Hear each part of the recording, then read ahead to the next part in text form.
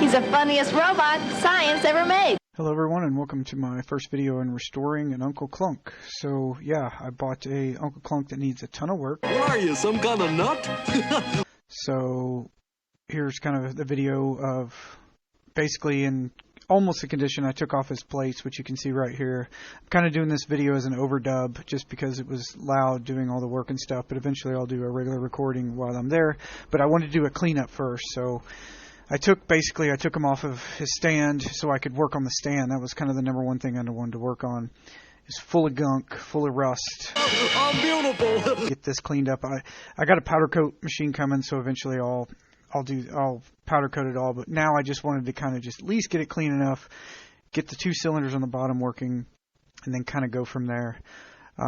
So kind of it was extremely rusty, extremely dusty, so kind of trying to use a vacuum at the same time, trying to keep from breathing in too much of that stuff, but wanted to get it clean enough where I could start using a wrench and taking apart some of this stuff.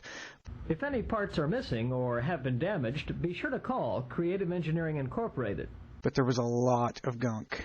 As you can see, even the main base cylinder was, completely messy, so I did as much as I could to get it off there. I didn't get it completely. I'm going to later on, I'm going to come back and kind of do that. But spent some time just getting God knows where this thing was. I feel like it was in some kind of barn for years. Used a cleaner, tried to also do that, would not take anything up. Sanding was just about the only way I could get this stuff to come up, but there was so much of it.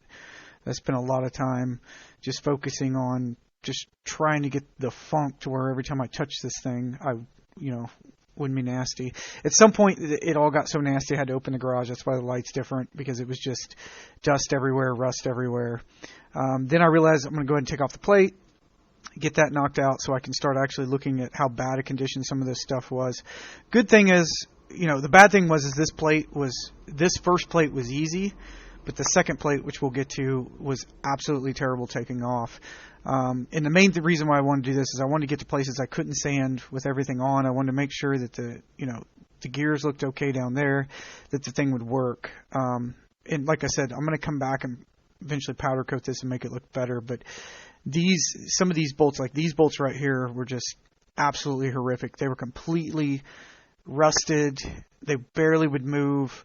I just kept going and trying to get something. The problem was trying to hold the bolt and then hold the other. So eventually I was just like, you know what, this isn't going to work. I'm just going to sawzall these things. Guess I'm too smart for the house. After 4 blades, realized this is becoming a pain, so I figured I would sawzall the washers out, try to get where I can get in there and get it. Did everything I could, spent hours trying to get 4 bolts off, which was absolutely ridiculous. Kept sawzalling, kept just trying everything I could to get these things to move. I was also a little worried about, eventually you can see there, I put a weight down there because I was worried about I was hitting the thing so hard that it was going to bust that cylinder. So, but finally, after just a ton of sawzalling, I finally got these things off and could take the plate off. My phone or my camera battery died here, but I did get everything off. And now I just stuck a straight connector there just to see if this thing even worked because it was so old. And you can see it works. So that's when I decided I went and bought brand new bolts for it, cleaned it up. It's still a little nasty, but it's not near as bad as it was. And then this is where I'm kind of just putting it back together with the new bolts. I tested everything. Everything works on the bottom, so I feel a lot better about that. Everything's in way better condition. And then put him back on, and then I can start working on him. Now that that's out of the way, I know he tilts now, and like I said, we're going to go back and finish that. But I wanted to at least get it cleaned and make sure they work, and then get him back together. And then I sanded him up some, and he looks a lot better now.